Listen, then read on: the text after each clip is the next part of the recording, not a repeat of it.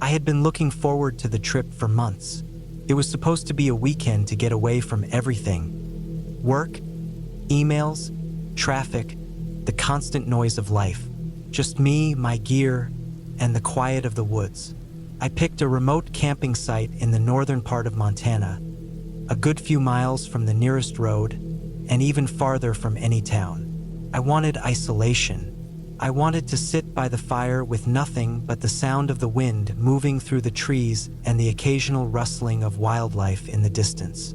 I arrived early in the afternoon, parked my truck at the edge of a dirt path, and hiked in with my pack. The trail wasn't well marked, but I had mapped everything out beforehand. The spot I chose was near a slow-moving creek, far enough away from any well-known trails that I was sure I wouldn't run into other campers. It was deep in the forest, surrounded by towering pines, with thick underbrush that made it feel like I had the whole place to myself. The perfect kind of solitude. Setting up camp was routine. I found a good clearing, laid out my tent, set up a small fire pit, and gathered enough firewood to last the night. The air was crisp but not cold, and the sun hung low behind the trees by the time I finished.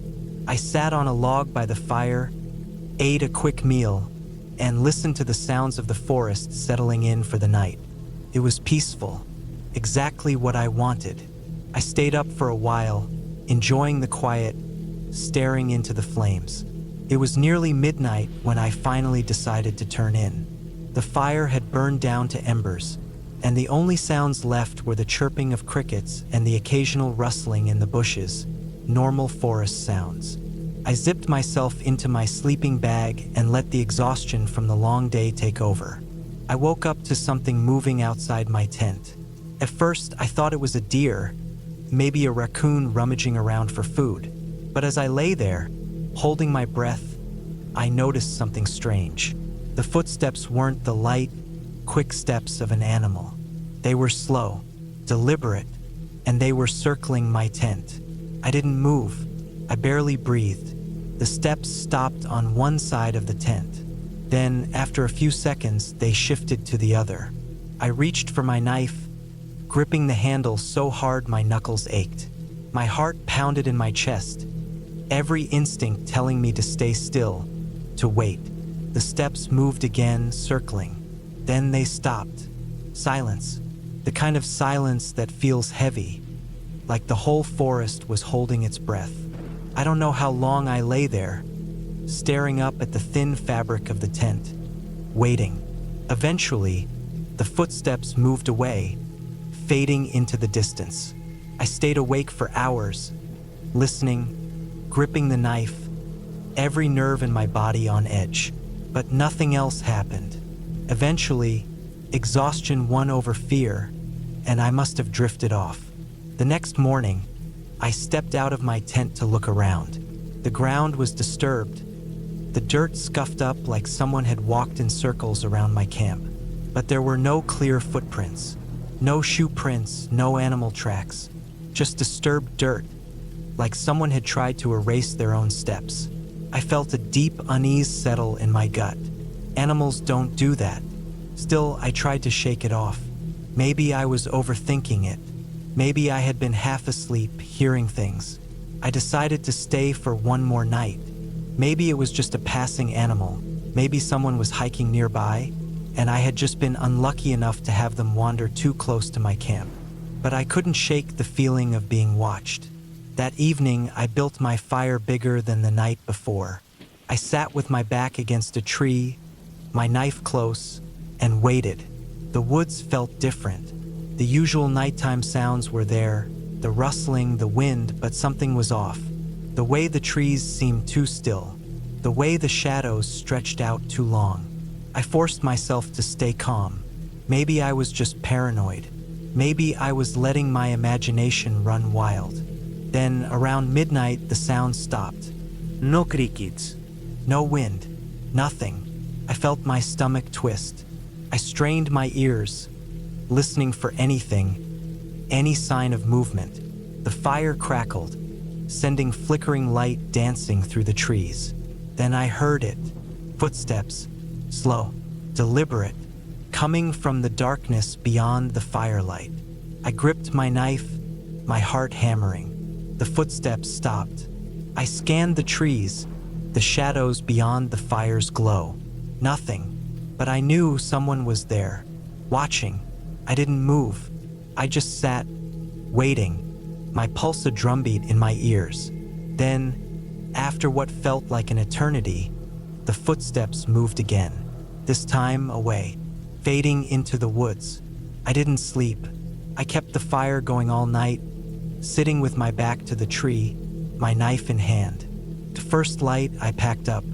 I didn't waste time. I broke down my tent, shoved everything into my pack, and started the hike back to my truck. The feeling of being watched never left. Every few minutes, I stopped, listening, scanning the trees. I never saw anything, never heard anything, but the feeling was there. When I finally reached my truck, I threw my gear into the back and got in, locking the doors. My hands were shaking as I started the engine. As I pulled onto the dirt road, I glanced back at the tree line one last time, and that's when I saw him, a figure, just standing there, half hidden behind the trees. Too far away to make out details, but close enough that I knew he had been watching me the whole time. I didn't wait. I didn't stop. I drove until I was back on the main road, until I was miles away from that forest. I never went back, and I never camp alone anymore.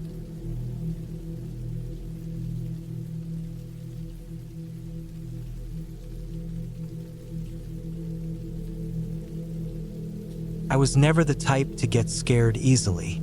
I had been hunting, fishing, and camping alone since I was a teenager, spending nights in the deep woods without a second thought. I had always found peace in the wilderness. Just me, the trees, the sound of the wind, and the distant howls of coyotes. But that trip changed everything. It was late September when I decided to take a solo camping trip in the remote forests of northern Montana. I had been working long hours and needed a break from people, noise, and the constant stress of everyday life. I packed my gear, a sturdy tent, sleeping bag, rifle, knife, and enough food for a few days, and drove out early in the morning. The drive was long, stretching over 4 hours into the mountains, but I enjoyed the solitude. No cell service, no distractions, just me and the open road. I reached the trailhead by mid-afternoon, parked my truck, and started the hike toward my campsite.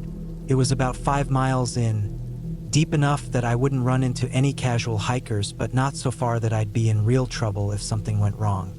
The air was crisp, carrying the scent of pine and damp earth.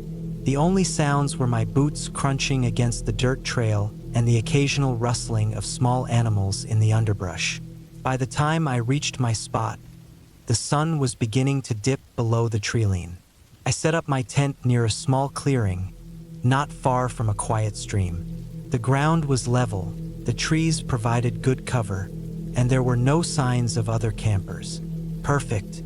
I gathered some firewood, built a small fire, and cooked a simple meal of beans and beef jerky. As the darkness settled in, I leaned back against a log, staring up at the stars. Everything felt right, but then the feeling changed. It was subtle at first, just an unease that crept in at the edges of my mind. I tried to shake it off, blaming it on exhaustion or the simple paranoia of being alone in the woods. But the longer I sat there, the stronger it became. It wasn't fear, at least not yet. It was the feeling of being watched. I scanned the tree line, my eyes adjusting to the darkness. The fire flickered, casting long shadows that danced between the trees. Nothing moved. No animals, no shifting branches, no glowing eyes reflecting back at me. Just the stillness of the night. I convinced myself I was imagining things, threw a few more logs on the fire, and crawled into my tent. Sleep didn't come easily. Every rustle of the wind against the leaves, every snap of a twig made my body tense.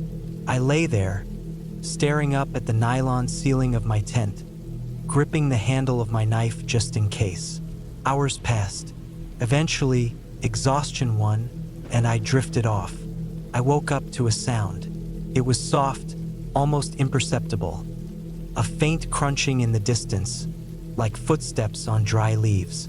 I held my breath, listening. Crunch, then silence. I slowly reached for my rifle, careful not to make a sound. The fire had burned down to embers, casting only the faintest glow. The woods beyond were pitch black. I waited. Minutes passed. The sound didn't come again. Maybe it was an animal. A deer, a raccoon, something harmless. But I didn't sleep again that night. The next morning, I found something strange. About 20 feet from my campsite, the ground had been disturbed. The leaves and dirt had been shifted, almost like someone had been standing there for a long time, pacing in place. No footprints, just an area where the forest floor had been unsettled. I told myself it was nothing. Maybe a bear had wandered close, sniffing around. Maybe I had done it myself and just didn't remember. But something about it didn't sit right with me. I spent the day hiking and hunting, trying to shake off the unease. The forest was quiet, the air cool and fresh. I spotted a few deer, but they were too far for a clean shot. I found tracks, probably from a wolf, but they looked old. By the time I got back to camp, I had almost convinced myself that last night had been all in my head. Almost. That night, the feeling returned. Stronger this time. I kept the fire going as long as I could, adding logs until I ran low on wood. The flames flickered, casting long shadows that made my imagination run wild. Every movement of the trees looked like something creeping toward me. Every gust of wind sounded like a whisper. Then I heard it again. The footsteps, slow, deliberate, moving closer. I grabbed my rifle and stood up, scanning the darkness. My heart pounded. The fire crackled, sending sparks into the air. Then silence. I waited, barely breathing. My finger rested on the trigger. Nothing. Minutes passed. My eyes strained against the dark. Still nothing. Then I saw it. A figure, standing just beyond the fire's reach. Tall, motionless, watching. I couldn't make out any details, just the silhouette against the trees. A surge of adrenaline shot through me. My mind raced. Was it a lost hiker? A ranger? Someone else camping nearby? But deep down, I knew the truth. They weren't lost. They weren't passing through. They were watching me. I raised my rifle. My voice caught in my throat, but I forced out a warning. Something low and firm. The figure didn't react, just stood there. Then, slowly, it stepped backward into the trees. Gone. I didn't sleep. To first light, I packed up. I had planned to stay another night, but I wasn't going to risk it. Something was out there, and I wasn't about to wait around to find out what they wanted. I moved fast, barely stopping to catch my breath. The trail seemed longer than before, every turn stretching endlessly. My instincts screamed at me to keep moving. Then I saw it. A second campsite, empty. The fire pit was cold. The tent flattened, gear scattered. It looked abandoned. But there was something else, something that made my blood run cold. Blood. Not a lot, but enough. A smear on the tent fabric. Dark stains on the dirt. I didn't stop. I didn't call out. I just kept moving. By the time I reached my truck, my hands were shaking. I threw my gear into the back, jumped in, and locked the doors. The engine roared to life. I didn't look back.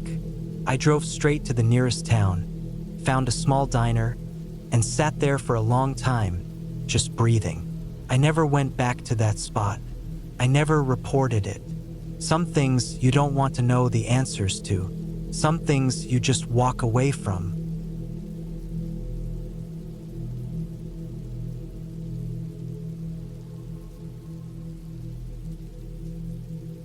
I never liked the woods at night. Something about them always felt wrong. Like the trees leaned in just a little too close, the air held just a little too still, and the silence wasn't really silence at all. But when my cousin Jake suggested a weekend trip to an old, abandoned campsite he had found years ago, I agreed without thinking too much about it. It was the summer of 2013, and we had both been looking for an excuse to get away. We were in our late 20s then, old enough to know better, young enough to ignore that fact. Jake had always been the more adventurous one. He was the type who loved wandering into places where no one else had been for years. I was more cautious, but I trusted him. The place was somewhere deep in the woods of northern Montana, far from any main roads, past endless stretches of trees and hills. He had stumbled across it once while hunting years ago, an old campsite long forgotten, with decaying wooden cabins and rusted-out fire pits. He had been obsessed with going back ever since. I didn't ask why. Some people are drawn to strange things, and Jake was one of them. We left early in the morning, driving for hours down long, empty roads until the pavement disappeared and turned into a dirt path full of potholes. The forest was thick here, the trees towering on either side, cutting off the sky in places. It was the kind of road where you didn't see other cars. The kind of place where, if something happened, you were well and truly alone. After what felt like an eternity of bouncing along the rough road, Jake pulled off near a barely visible trailhead. There was no sign, no indication that anyone had ever been here. He grinned, excited. I tried to shake off the unease settling in my gut. We packed light, just the essentials. We weren't planning to stay long, just one night. Jake led the way, cutting through the trees like he had been here 1,000 times before. The hike wasn't easy. The trail was overgrown, barely a trail at all, just patches of flattened earth winding through the forest. The deeper we went, the quieter everything got. And then we saw it. The campsite was exactly as Jake had described, old, empty, forgotten. There were a handful of wooden cabins, their walls warped and broken, their windows either shattered or missing. The fire pits were filled with years of dirt and ash. There were no signs of people, no graffiti, no beer cans, no footprints in the mud. Just nature slowly reclaiming what had been abandoned. Felt wrong. Jake, of course, was thrilled. He started exploring immediately, pushing open cabin doors, stepping inside, kicking at the debris on the floor. I stayed outside, scanning the area, listening. The silence here was different. I couldn't hear birds or insects. No wind rustled the trees. It was just still. "Let's set up here," Jake said, coming back out of one of the cabins. He dropped his pack on the ground and stretched. "This place is perfect." I hesitated but nodded. There was no point in arguing. We set up camp near the biggest cabin. We could have slept inside, but neither of us wanted to. The smell of rot and mold was too strong. Instead, we laid out our sleeping bags just outside the doorway, built a fire in one of the old pits, and tried to settle in. It was sometime after midnight when I woke up. The fire had burned low, just glowing embers now, but the air was still warm. Jake was asleep, breathing heavy beside me. The trees loomed overhead, their branches cutting jagged shapes against the dark sky. And then I heard it, something moving, not an animal, not the rustling of leaves or the snapping of twigs beneath small feet. Something heavier, slow, deliberate. I held my breath, listening. It came from the trees behind the cabins, a soft shuffling sound, like someone dragging their feet through the undergrowth. I turned my head slowly, eyes straining in the darkness. Nothing, but the sound was still there. I wanted to wake Jake, but something stopped me. A deep, gut-level instinct told me to stay still, to listen, to wait. And then it stopped, just like that. The silence returned, heavier than before. I didn't sleep the rest of the night. The next morning, I told Jake about what I had heard. He laughed it off, said I was just spooking myself. "Old places make weird noises," he said. "Probably just a deer." But I knew what I had heard. Still, I let it go. We spent the day exploring the rest of the site. Most of the cabins were empty. Just rotting wood, rusted nails, the occasional piece of old furniture. But the last cabin we checked was different. The door was closed. All the others had been hanging open, but this one was shut tight. Jake pushed it open with his boot, and the second we stepped inside, I knew we had made a mistake. There were things in here, not much, but enough. A sleeping bag, old and torn, shoved into the corner. A rusted-out lantern. A pile of bones near the fireplace. Not human, but stripped clean. Someone had been here. Recently. Jake knelt down, poking at the sleeping bag. Probably just some squatter, he muttered. I didn't respond, because something caught my eye. Something scratched into the wood near the door. Faint, almost gone, but still there. Levi swallowed hard. We should go, I said. Jake stood, dusting off his hands. Relax, he said. It's just an old camp. Whoever was here is long gone. But I wasn't so sure. That night I couldn't sleep. I just lay there, staring at the sky, listening, waiting, and then it started again. The same sound, slow, dragging, closer this time. I reached out, shaking Jake awake. He groaned, sat up, and then he heard it too. We didn't move, didn't speak, just listened. The footsteps circled the campsite, moving between the cabins. Slow, watching, then a creak. The sound of a door swinging open. The last cabin, the one with the sleeping bag. Jake grabbed his flashlight and flicked it on. The beam cut through the trees, landing on the cabin door. It was open now, swinging slightly in the breeze. And there was something standing just inside. A shape, person, tall, thin, motionless, watching us. Jake swore, scrambling for his pack. I didn't move, couldn't. Then the figure stepped forward. That broke the spell. We ran. We didn't pack, didn't look back, just ran. All the way back to the truck, through the dark, through the trees, hearing footsteps behind us the whole way. We didn't stop until we were inside, doors locked, engine roaring to life. And when we finally looked back, the figure was standing at the tree line, watching, still. We never went back. We never spoke about it. And I still don't know what we saw. But I do know this, that campsite wasn't abandoned.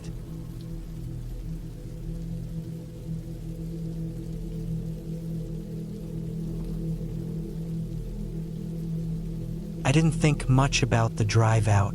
It was supposed to be a weekend away. Just me, my rifle, and a stretch of untouched wilderness. That's what I wanted. Some quiet, some space to clear my head. I had done these kinds of trips before, nothing complicated. Just pack up my gear, head to a remote spot, and let the world fade away for a while. I had found the location online. A guy on a hunting forum mentioned an old logging road leading to a great spot deep in the mountains, far away from the crowds. He had been there years ago and said there was a small abandoned woodsman's cabin nearby. Said it was good for shelter if the weather turned. That was all I needed to hear. I packed light, just enough food for a few days, my sleeping bag, and enough ammo to last. The drive out was long. The roads were rough, the kind that make you grip the steering wheel a little tighter. Trees pressed in from both sides, and I lost cell service about an hour before I reached the turnoff. The logging road was almost invisible, just a break in the trees and a narrow, rutted trail leading into the forest. If I hadn't been looking for it, I would have missed it completely. I bumped along the path for what felt like forever, my truck groaning over rocks and fallen branches. The deeper I went, the quieter it got. No sounds of distant highways, no hum of civilization. Just the wind moving through the trees and the occasional snap of a branch somewhere out in the woods. I found a clearing big enough to park and set up camp. I didn't go looking for the cabin right away. I figured I'd check it out later if I needed it. I got a fire going, set up my tent, and ate a quick meal before the light started to fade. That first night, nothing happened. I listened to the sounds of the woods as I drifted off. The usual things: owls calling in the distance, the rustle of leaves in the wind, the occasional crack of a twig somewhere in the dark. It was peaceful in a way only the deep woods can be. I woke up early, grabbed my rifle, and set out to hunt. The forest was thick, the kind of place where you could walk 10 feet off the trail and disappear completely. I moved slow, taking my time, scanning the trees for any movement. Hours passed. I didn't see much, just a few tracks here and there, some old deer scat, but no fresh signs. At some point, I realized I had wandered farther than I meant to. I wasn't lost, not exactly, but I wasn't sure how far I had gone. I turned back and tried to retrace my steps. That's when I saw it. The cabin. It was old. The wood was dark and weathered, the roof sagging in places. One window was broken, the other covered in grime. The door was slightly open, just enough to see darkness inside. I don't know why, but I felt uneasy looking at it. Something about the way it sat there, hidden among the trees, made my skin crawl. I told myself it was just an old building, nothing more.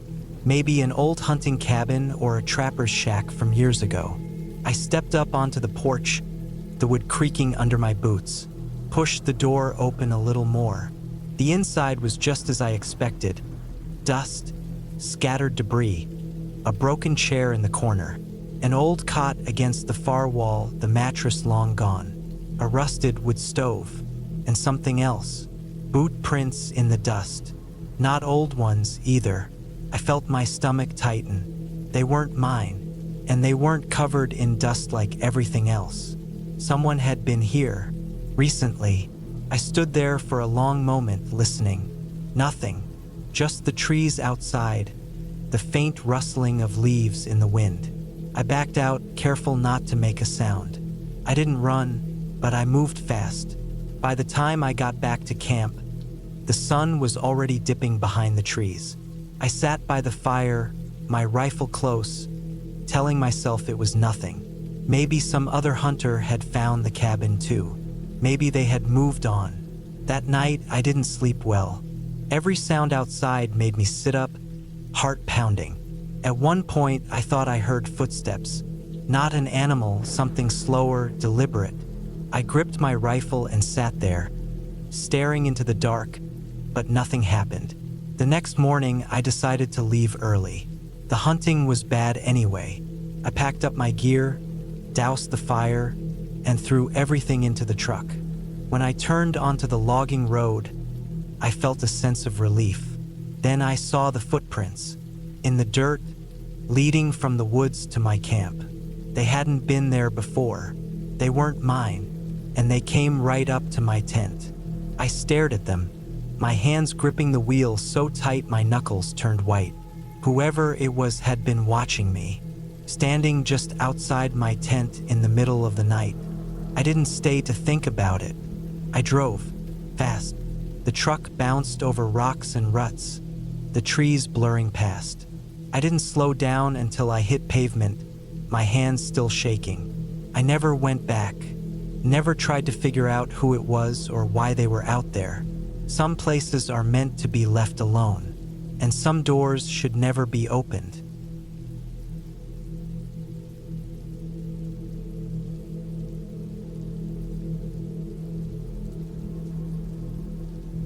I've always been comfortable in the woods, grew up in them, spent more time out there than in town. I knew how to move through the trees without making a sound, how to track a deer for miles, how to listen for things most people never even notice. The woods were a second home to me, but that trip made me rethink everything I thought I knew. It was late October, a perfect time for hunting. The air was cold but not unbearable. The leaves had turned crisp and golden, and most of the summer tourists had long gone. I had planned the trip for weeks. A solo hunting trip deep in the mountains of western Montana, a place I'd hunted before but never gone this far into. It was remote, untouched land, hours from the nearest town, the kind of place where you didn't see another soul for days. That was what I wanted. I packed light but smart. My rifle, my knife, enough food for a week, my tent, sleeping bag, and the usual survival gear.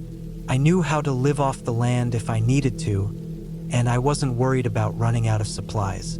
The plan was simple. Hike in about 10 miles, set up a base camp near a small river I'd marked on my map, and hunt in the surrounding area for elk. If I got lucky, I'd haul the meat back in sections over a few trips. The hike in was harder than I expected. The terrain was steep, and the underbrush was thicker than I remembered. It took me longer to reach my planned campsite than I had hoped, but when I got there, it was perfect. A flat clearing surrounded by tall pines, with the river just a short walk away. No signs of anyone else having been there. That was exactly what I wanted. I set up my tent as the sun dipped behind the mountains. The temperature dropped fast, and by the time I had a fire going, I could see my breath in the air. I cooked some beans and venison jerky over the fire, ate in silence, listening to the sounds of the woods around me. The wind rustling the trees, the distant hoot of an owl, the occasional snap of a branch as some animal moved through the darkness.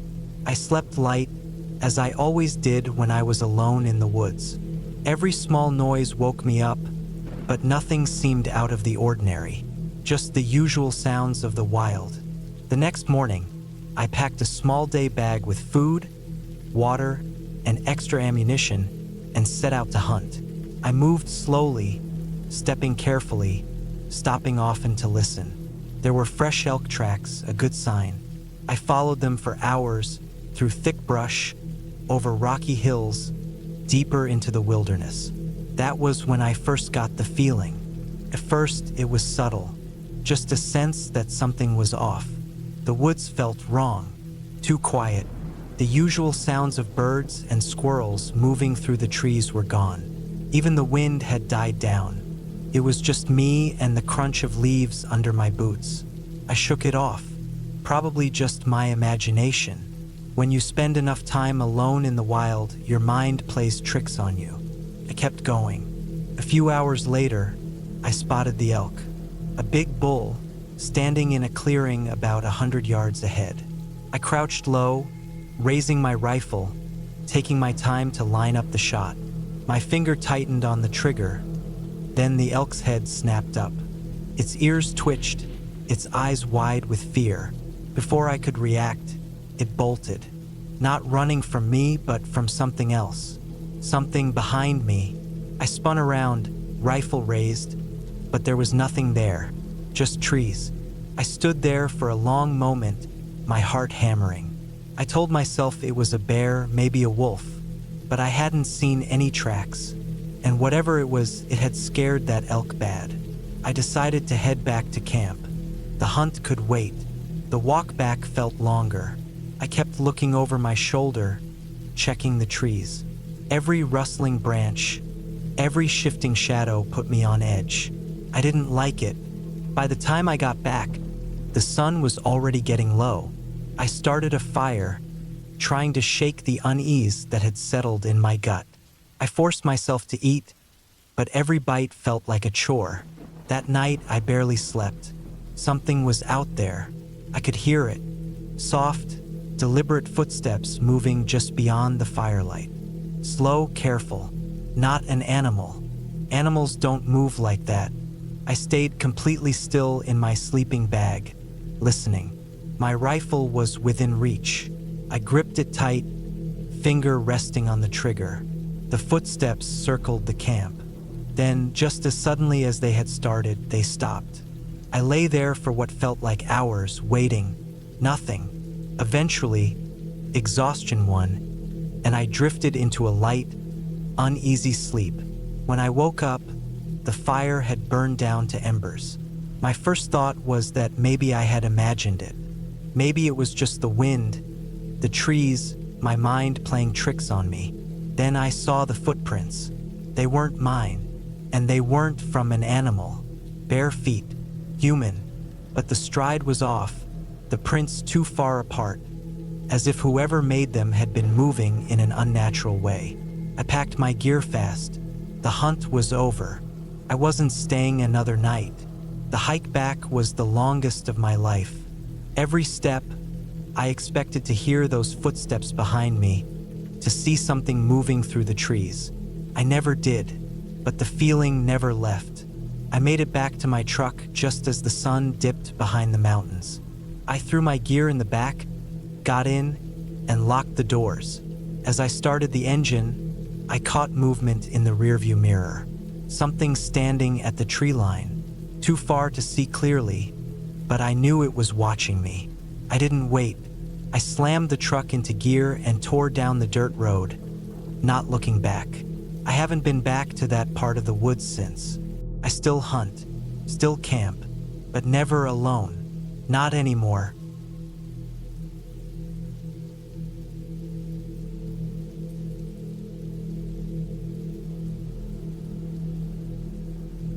I was never the kind of person who scared easily.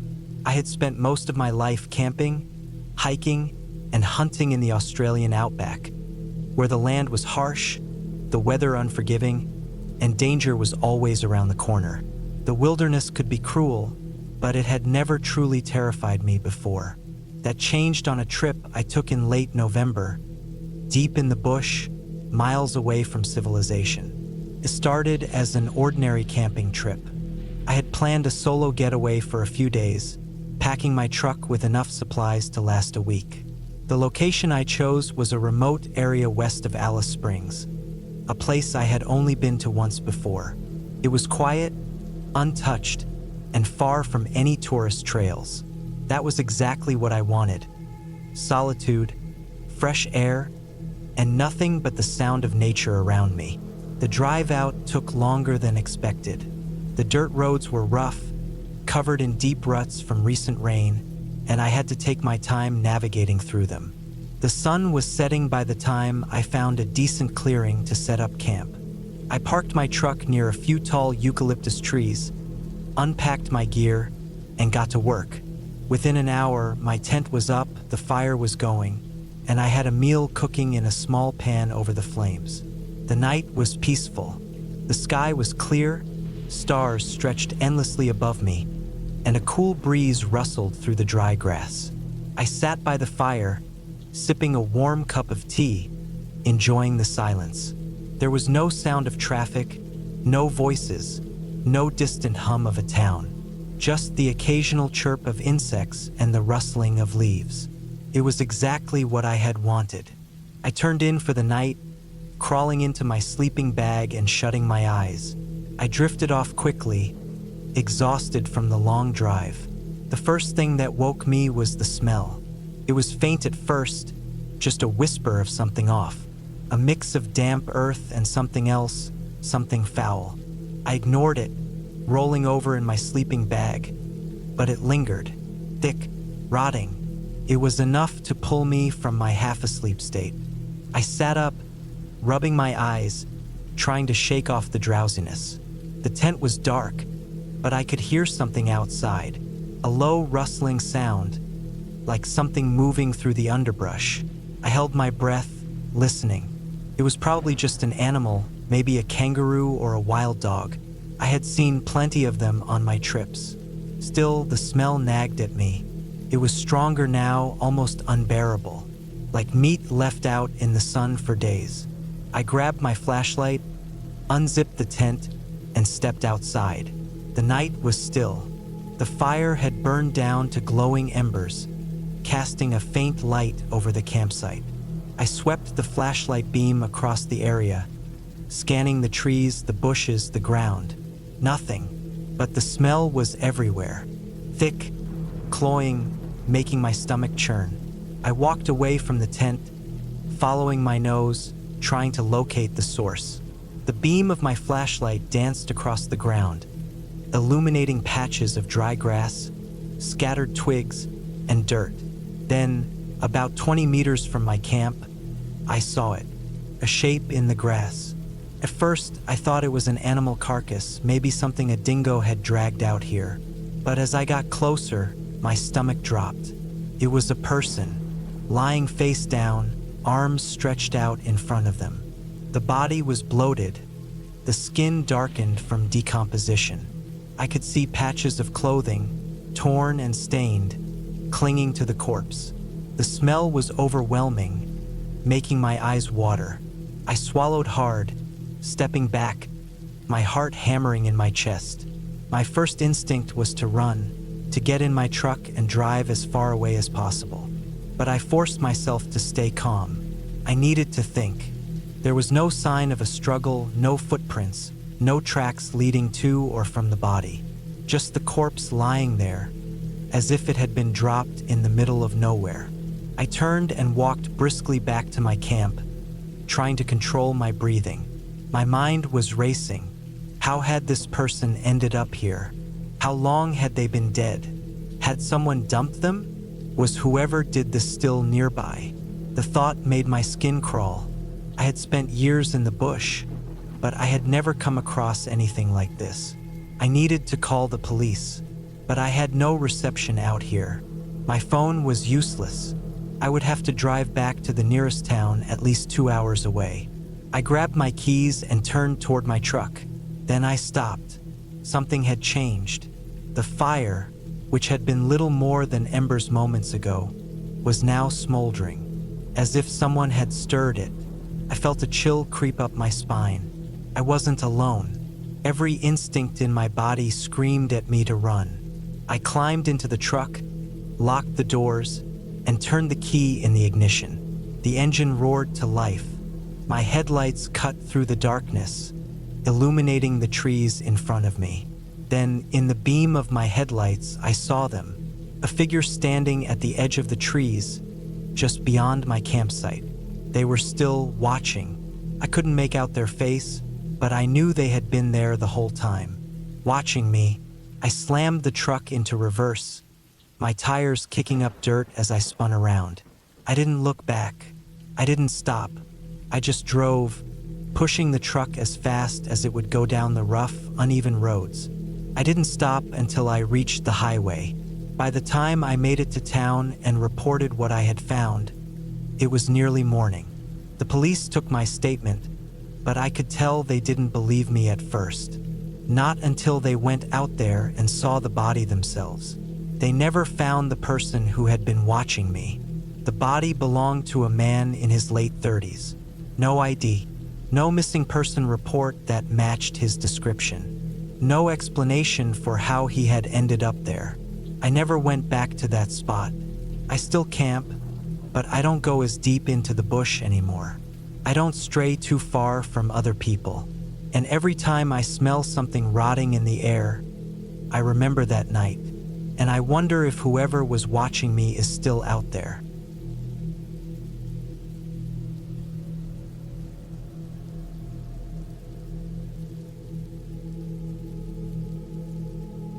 It was late October, and the rain hadn't stopped for hours.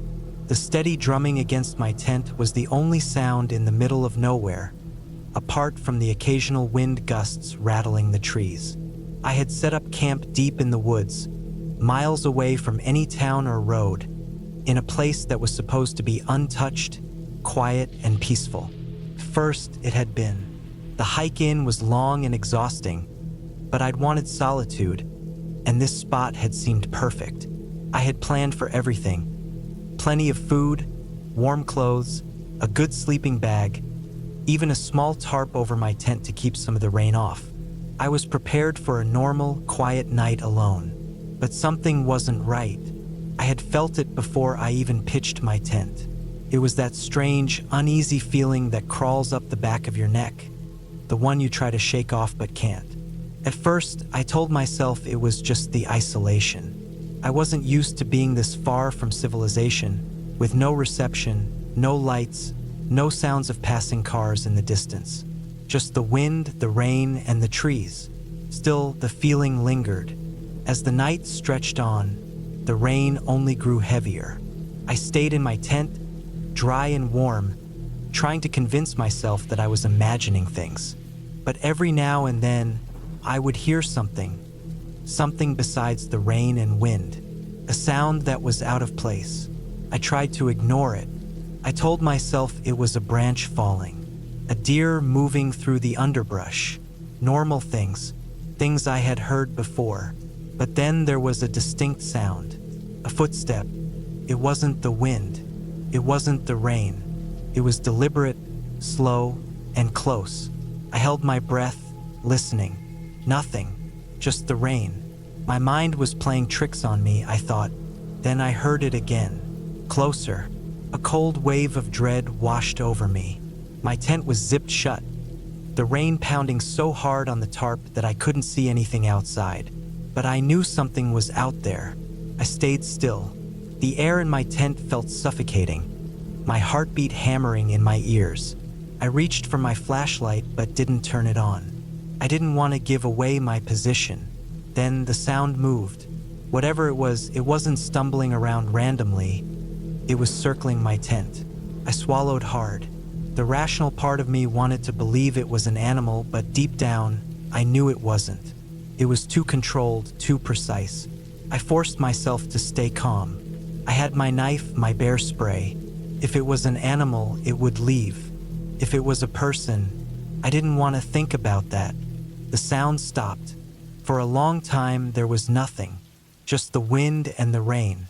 I started to think that maybe whatever it was had gone. Maybe it was just passing through. Then the tent fabric moved. Not much, just a slight press, as if someone or something had placed a hand against it. I stopped breathing. My fingers tightened around the handle of my knife. Then, as suddenly as it had come, it was gone. I stayed awake the rest of the night, listening. But I didn't hear anything else. No more footsteps, no more movement. When dawn finally broke, I unzipped the tent and stepped outside. The rain had lessened, but the ground was still wet, muddy. I looked around, and then I saw them. Footprints. They were human. They circled my tent once before leading off into the trees. I followed them for a short distance, my stomach twisting. They didn't lead back toward a road or a trail. They led deeper into the woods, and then they just stopped.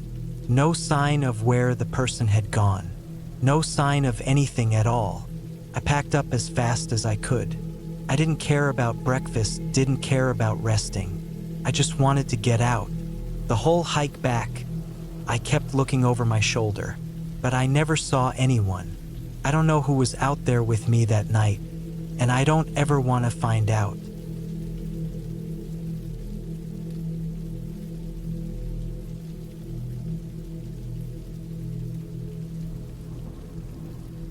It had been years since I last went camping. Life got in the way, work, responsibilities, routines that seemed endless. But when my ex-husband, Daniel, reached out, suggesting we take a trip to the woods, I hesitated. It wasn't that we had ended on bad terms. If anything, our divorce had been quiet, just two people growing apart. We stayed in touch, mostly out of habit, and while things weren't perfect between us, we never outright hated each other. He was still a cop, still carrying that same steady, methodical nature, and I was still trying to find my footing after our split. I don't know why I said yes.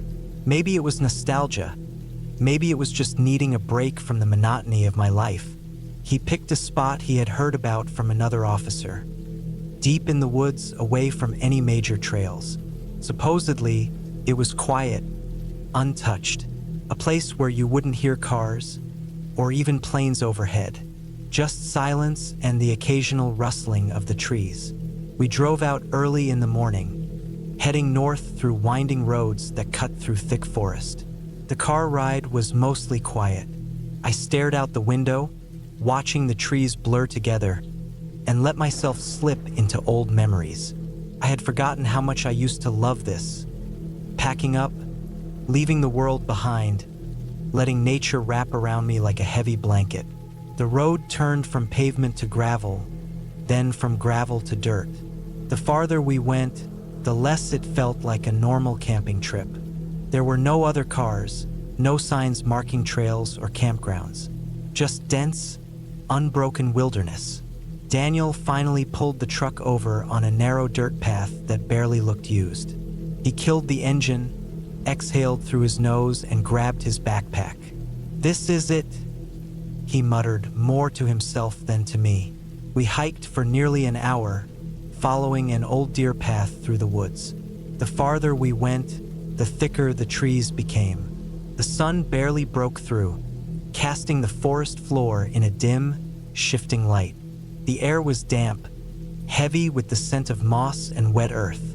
The deeper we went, the quieter everything became. No distant hum of highways, no planes overhead. Even the birds seemed muted, their calls brief and distant.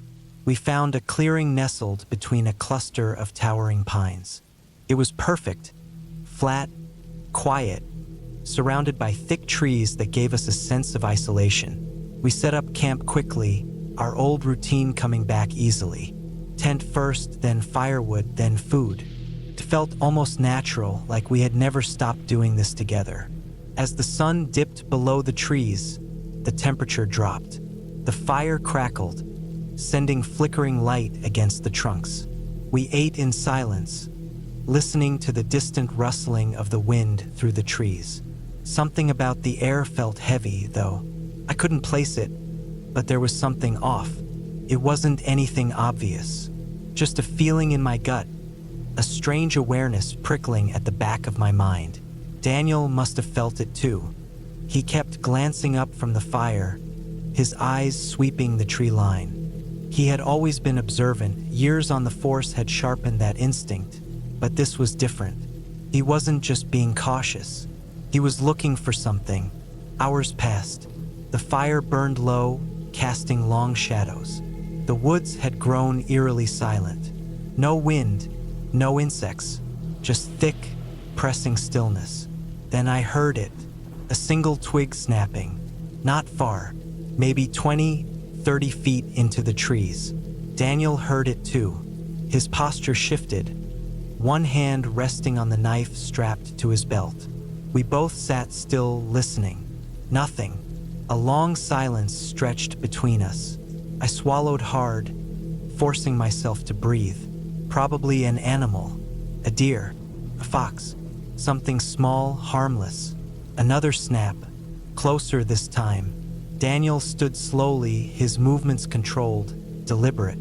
He tilted his head, listening. I did the same, my ears straining against the silence. Nothing. A long, empty moment passed, and then footsteps. Slow, measured. Not an animal. Someone was walking through the woods, just out of sight. Daniel moved, stepping away from the firelight, his hand slipping to the holster at his hip. His fingers curled around the grip of his gun, steady, controlled. I stayed frozen, my breath shallow. The footsteps stopped. The silence that followed was worse than the sound itself.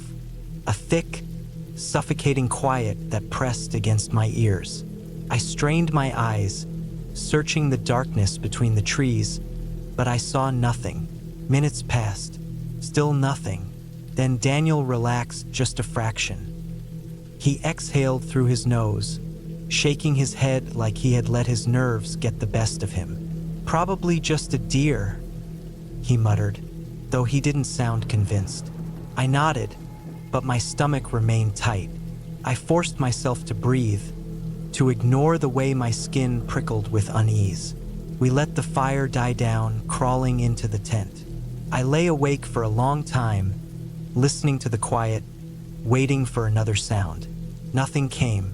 At some point, I must have fallen asleep, because when I opened my eyes, it was pitch black. The fire had burned down to embers, casting a faint, dying glow. I wasn't sure what woke me at first. Then I heard it, breathing, not mine, not Daniel's, close, just outside the tent. I went still, every muscle locking in place. Slow, deliberate breaths, deep, controlled, like someone standing just outside, waiting. My heart pounded against my ribs. I didn't move, didn't even blink. Then, as suddenly as it had started, the breathing stopped. Silence. I waited, every second stretching unbearably long. Then a soft scrape, something against the fabric of the tent. A hand. I stopped breathing entirely. My skin burned with the effort to stay still. The pressure lifted. Then footsteps. Slow. Moving away. I lay frozen until the first hint of dawn bled through the trees. Daniel stirred beside me, shifting. I could tell the moment he fully woke up. His body tensed, that cop instinct kicking in immediately. He listened for a second, then slowly unzipped the tent. The campsite was undisturbed. The fire had burned out completely, but nothing was out of place. No tracks, no sign that anyone had been there. Daniel scanned the tree line, his jaw tight. His hand hovered near his hip, his posture stiff. "We're leaving," he said, voice low. I didn't argue. We packed in silence, moving quickly. The air felt heavier than before, thick with something I couldn't name. As we hiked back to the truck, I kept glancing over my shoulder, my stomach twisting. Nothing followed us, but somehow I knew someone had been there, watching, waiting, and whoever it was, they had been standing just inches away from me in the dark.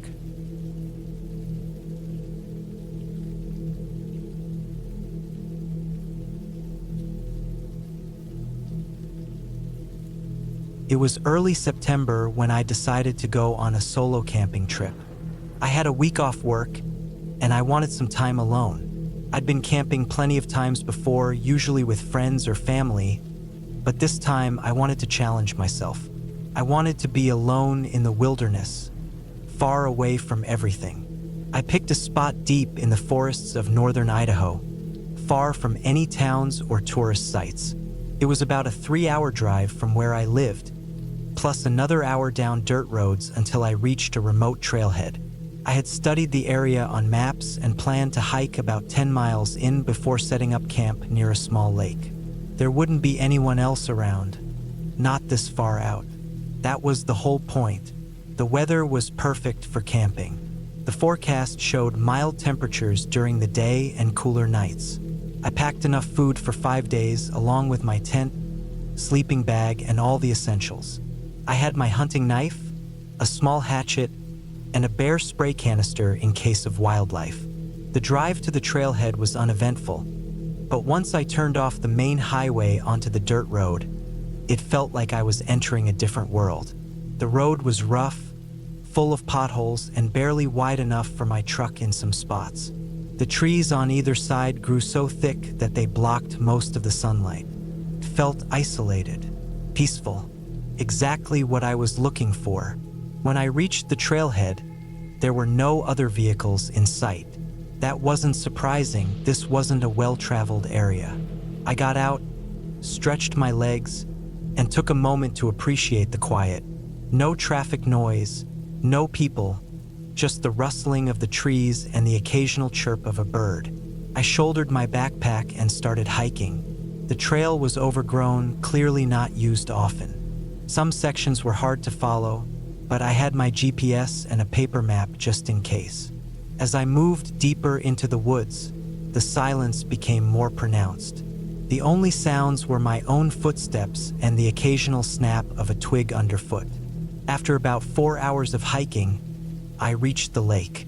It was smaller than I expected, but beautiful, clear water reflecting the surrounding pine trees. There was a small clearing on the eastern shore that looked like a good spot to set up camp. I pitched my tent, gathered some firewood, and set up my cooking area. By the time the sun started setting, I had a small fire going. I cooked a quick meal, ate, and sat by the fire, enjoying the solitude. As darkness settled in, the temperature dropped. I wrapped myself in my jacket and listened to the sounds of the forest. It was peaceful. I felt completely alone. That night, I slept better than I expected. I woke up once when I thought I heard something outside the tent, but after listening for a minute, I decided it was just the wind or a small animal and went back to sleep. The second day was uneventful. I explored the area around the lake, fished for a while, and just relaxed. I didn't see any signs of other people, no footprints, no campsites, nothing. It was that night when things started feeling off. I was sitting by the fire again, just watching the flames and enjoying the quiet, when I got that strange feeling, like I was being watched. It came out of nowhere, a sudden awareness that made the hair on the back of my neck stand up. I scanned the darkness beyond the firelight but saw nothing. Still, the feeling wouldn't go away. I told myself it was just my mind playing tricks on me. I was alone out here, and my brain was overreacting to the isolation. I forced myself to relax, put out the fire, and crawled into my tent. I zipped it up tight and lay there in my sleeping bag, listening. At some point during the night, I woke up again. This time, I was sure I'd heard something. A noise, faint but distinct. It wasn't an animal sound, at least not one I recognized. It was almost like footsteps. I held my breath, listening. My heart was pounding. Silence. I stayed like that for what felt like forever, barely breathing, waiting to hear it again. But there was nothing. Eventually, I convinced myself that I had imagined it. I must have dreamed it. The next morning, I checked around my campsite. There were no tracks, no signs that anyone or anything had been near my tent. Still, the feeling of being watched didn't go away. I spent most of the day trying to shake it off. I told myself it was just paranoia, but as the sun started to set, the uneasiness grew stronger. I almost considered packing up and hiking back to my truck, but I told myself I was being ridiculous. I wasn't about to let my imagination ruin the trip. That night, I didn't light a fire. I didn't want to draw attention to myself. I ate a cold meal and got into my tent early. I lay there in the darkness, listening. At some point, I must have fallen asleep. I woke up suddenly. I didn't know why at first, but then I heard it. A sound. Closer this time. Footsteps. Not an animal. Definitely not an animal. Slow, deliberate. Someone or something was walking just outside my tent. I didn't move. I barely breathed. My knife was within reach, and I gripped it tightly, my pulse hammering in my ears. The footsteps stopped. Silence. Then, just outside the thin fabric of my tent, I heard breathing. Slow, deep. I stayed completely still, every muscle in my body locked in fear. Minutes passed, maybe more. Then the breathing stopped. I didn't hear footsteps moving away. Nothing. Just silence. I don't know how long I lay there before I finally forced myself to move. I unzipped the tent as quietly as I could and peered out. The moon was bright, casting shadows through the trees. But there was nothing there. No tracks. No signs that anyone had been near my tent. But I knew what I had heard. I didn't sleep the rest of the night. At first light, I packed up my gear as fast as I could and started hiking back. I didn't stop to eat, didn't stop to rest. I just wanted to get out of there. The whole way back, I felt it, that sensation of being watched. I kept checking over my shoulder, but I never saw anything. By the time I reached my truck, I was exhausted. I threw my gear in the back, got in, and locked the doors. I sat there for a long time, just breathing, trying to process what had happened. Then, just as I was about to start the engine, I noticed something. In the dirt next to my truck, footprints. Not mine. They led from the woods to the driver's side door. And then they stopped. Whoever or whatever had been out there had followed me, had watched me, and then, just before I reached my truck, they had disappeared. I didn't waste another second. I started the engine and got the hell out of there. I haven't been back since, and I never will.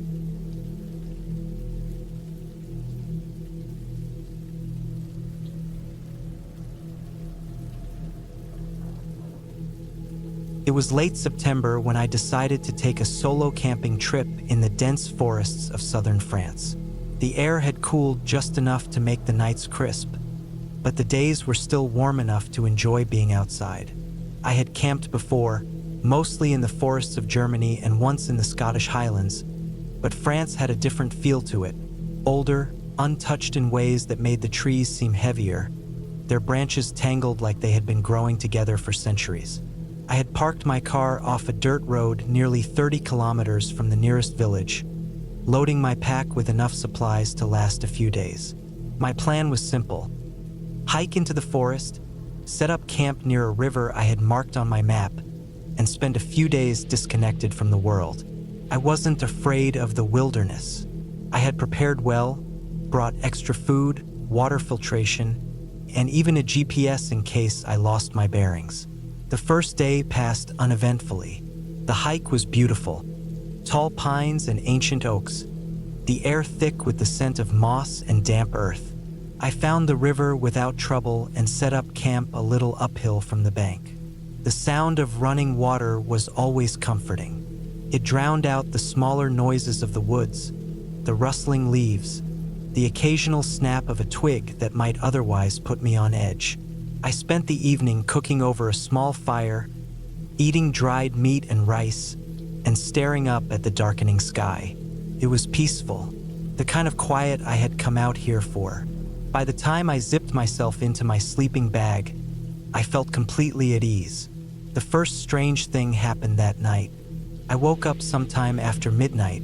The fire had burned down to embers, just enough glow to see the outlines of the trees. The river murmured in the background, steady, unchanged, but something was different. I lay there, listening, trying to figure out what had pulled me from sleep. Then I heard it. Footsteps. Not the kind made by a small animal, these were heavier, deliberate.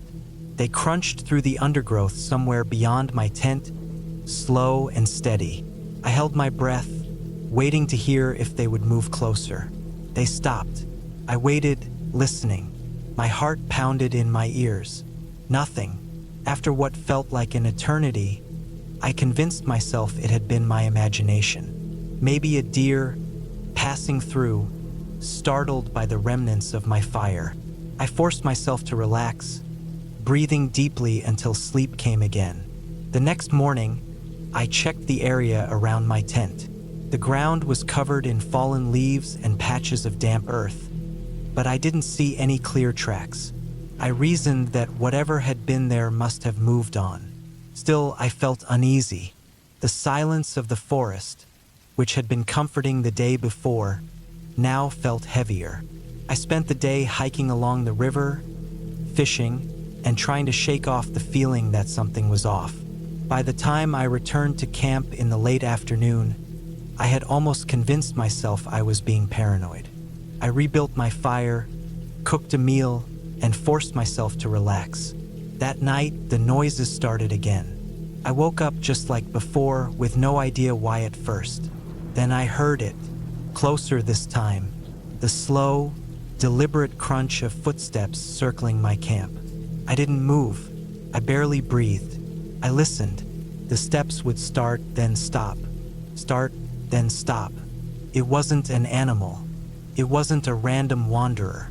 Something was out there, just beyond the fire's dying light, watching. I reached for my knife, gripping it tightly, my pulse hammering in my skull. I wanted to call out, to demand whoever or whatever it was to show themselves, but instinct told me not to. Minutes passed, then an hour. The steps never came closer. Eventually, they faded into the distance. I didn't sleep again that night. The next morning, I found tracks in the dirt around my camp. Human-like, but wrong. The prints were elongated, the toes too long, the arch too deep. Something had been standing there, watching. I should have packed up right then and there. I should have hiked back to my car and left. But I didn't. I told myself I was imagining things, that I was overreacting. I had spent enough time in the wild to know that fear could make a man see things that weren't real. I stayed. That night, I kept the fire going as long as I could, feeding it dry wood until the flames were high. I sat by it, knife in my lap, listening. The sounds started earlier this time. Twigs snapping, leaves rustling, closer. Then I saw it, a shape at the edge of the firelight. Tall, too tall. It stood just beyond the trees, half hidden in the shadows.